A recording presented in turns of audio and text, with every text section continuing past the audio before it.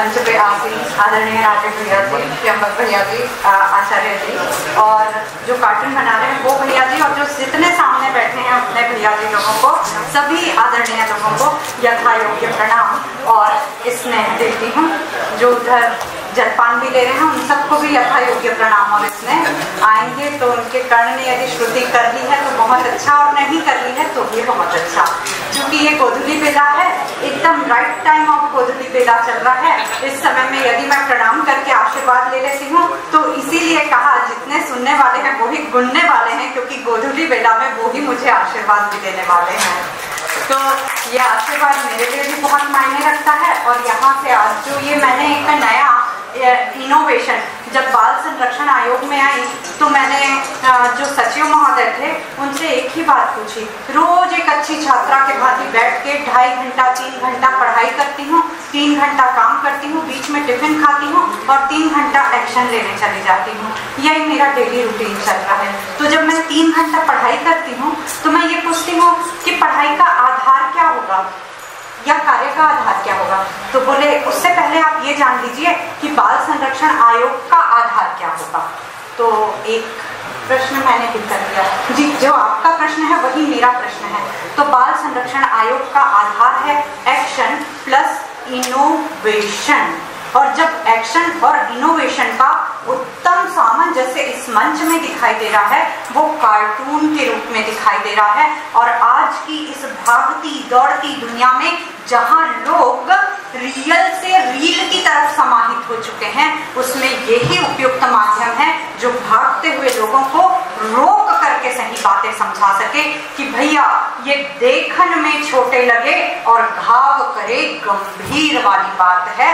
तो इस चीज को समझना, देखना और जानना बहुत ज्यादा जरूरी है। जब हम पूरा पेपर पढ़ लेते हैं, मैं बाल्यकाल से कक्षा 5वीं में थी तब से संपादकीय आलेख मेरे पिताजी पढ़वाने बिठाते थे। जितना भी मेरी छोटी सी बुद्धि समझ ले वो उसमें डालने का प्रयास करते थे, और उसी की वजह है कि मेरी रुचि राजनीति में भी थी और थोड़ा बड़ी होते होते कूटनीति में भी हुई, और ऐसा करते करते मैं मिलिट्री साइंस की छात्रा हो गई। तो आज भी जब पूरा आलेख पढ़ लो, पूरा पेपर पलट के देख लो, चाहे ऊपर से नीचे दाएं से बाएं चारों दिशाओं का पेपर पढ़ लो, पर आकर्षित जो कोना करता है वो कार्टून कोना ही करता है। इसीलिए हर इलेक्ट्रॉनिक मीडिया, हर वेब पोर्टल, हर प्रिंट मीडिया में एक सुनिश्चितता के साथ आज हमको यहाँ से जाना चाहिए कि हर पेपर में होना एक कार्टून कोना। इतनी सुंदर बात हमारे मस्तिष्क में होनी चाहिए। भैया के संदर्भ में एक बात, वैसे भी कार्टून के विषय में हमको बहुत अच्छे से जानकारी थी कि बचपन से पेपर पढ़ते थे, जो बात पूरा पेपर नहीं समझा पाता वो एक छोटा सा कोना समझा जाता था और बहुत आनंद आता था। पापा बार बार संपादकीय आलेख की ओर ले जाते थे और मैं वो फ्रंट पेज के छोटे से कार्टून कोने में अटकती थी, क्योंकि वो 5वीं वाला बाल मन था।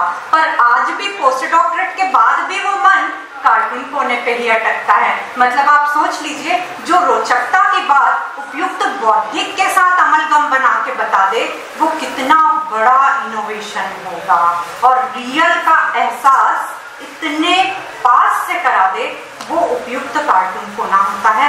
हम सबको ये बनाना आना चाहिए। अभी यहाँ पे बैठे बैठे जब मैंने उससे मोबाइल मंगाया तो मैंने अपने हाथ में देखा ये कार्टून है क्या। थोड़ा हिंदी मीडियम से थी तो समझने का प्रयास किया। Cartoon is equal to what? समानार्थी शब्द, सिनोनिम नहीं, समानार्थी शब्द। तो समानार्थी शब्द में ये समझ आया, किसी भी व्यक्ति के व्यक्तित्व का चित्रण उपयुक्त कटाक्ष के साथ करना, कुल मिला के व्यंग के साथ करना। जब कोई व्यक्ति सीधी भाषा में बात ना समझे और उसको समझाना भी हो, और यहाँ पे जो भैया बैठे थे आलोक भैया, उन्होंने बताया कि हमको कहना भी होता था, एलिगेशन से भी समानता बिठानी होती थी, तो किया क्या जाए। तो वही देखन में छोटे लगे और घाव करे गंभीर, मतलब किसी की पिटाई भी करनी है और उसको सहलाना भी है, जैसे हमारे यहाँ खमर छठ की पूजा में किया जाता है। तो वही कार्टून का ध्येय है। इतना ही मैं समझ पाई और जो आप लोगों से संध्या बेला की गोधूली बेला में साझा कर पाई। धन्यवाद। यहीं पे छोटा सा अल्पाविराम।